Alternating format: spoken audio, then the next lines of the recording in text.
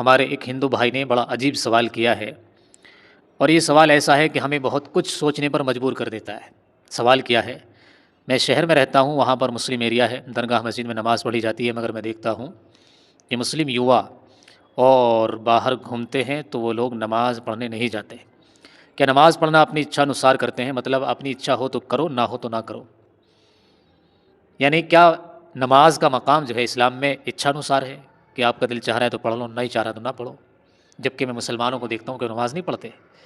میں اپنے ہندو بھائی کو کہنا چاہتا ہوں، میرے بھائی، مسلمان کے لیے نماز پڑھنا اتنا ہی ضروری ہے جتنا اس کے لیے مسلمان ہونا ضروری ہے۔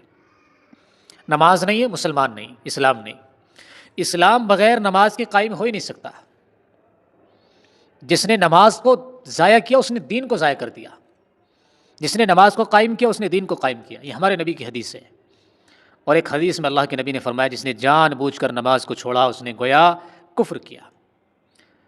اور ایک حدیث میں فرمایا، بندے اور کفر کے درمیان صرف نماز کا فرق ہے۔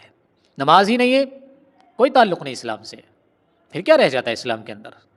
تو یہ جو مسلمان کرتے ہیں نا، دراصل یہ غفلت ہے، یہ لاپرواہی ہے، یہ گمراہی ہے، یہ بددینی جہالت ہے یہ۔